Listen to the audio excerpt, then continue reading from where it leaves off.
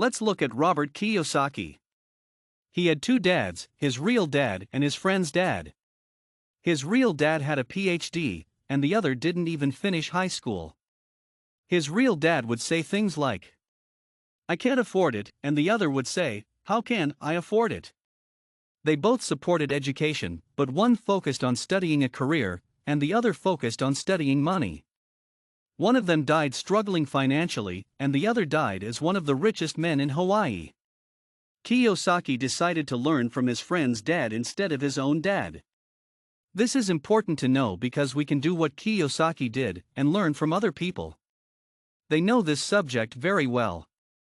Have you ever heard people say, "Oh, I wish I had more money. I'm quitting this job, the pay here sucks.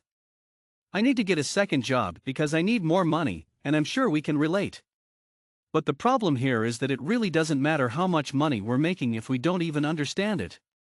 Let me ask you something. What is the first thing you would do if you got a pay raise at your job to $10,000 a month starting today? Would you buy a new car? A new house?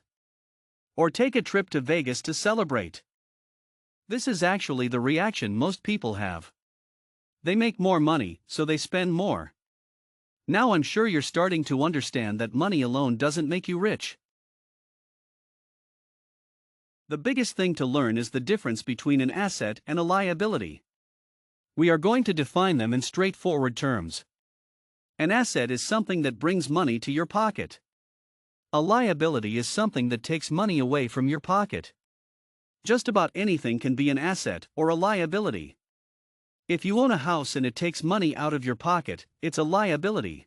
But if you rent out that house and it makes you money, then it's an asset. The difference between the poor, the middle class, and the rich is that the poor have expenses, and I don't mean living expenses. I mean just spending money on stuff. The middle class buys liabilities that they think are assets. I'm sure you've heard people say that their home is the largest investment, so they think as an asset. But yet these so-called assets cost its owners at least a couple of thousand a month. The rich spend their time and money getting assets, which brings more money. They use that money to buy more assets, which brings more money and buy more assets. That's why the rich get richer, and the poor middle class stays the same. And it really doesn't matter how much money you're making. If you have a job and make $10,000 a month and you buy cars and expensive wine bottles, and in timeshares in Vegas and spend all of your money at the end of the month, you have a poor person mentality. The same goes if you have a $2,000 a month income, you spend only $1,500, and the rest you use to buy assets. Eventually, those assets will bring you more money to buy more assets, and yes, if you keep doing this, you won't be needing your job anymore. Assets can be things like real estate, businesses, paper assets such as stock and bonds, books you've written, or products you've created. A lot of people are gonna say, "Well, what if I lose my money building a product or a business?"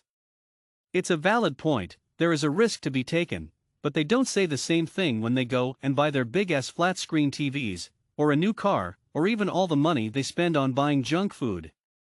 See, I'll rather spend my money creating something that I'm passionate about, and it has the potential of becoming an asset than on stuff that I don't need.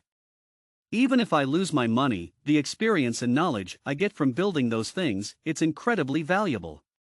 Much more valuable than sitting on the couch, keeping up with the Kardashians. Thank you for watching the video till the end.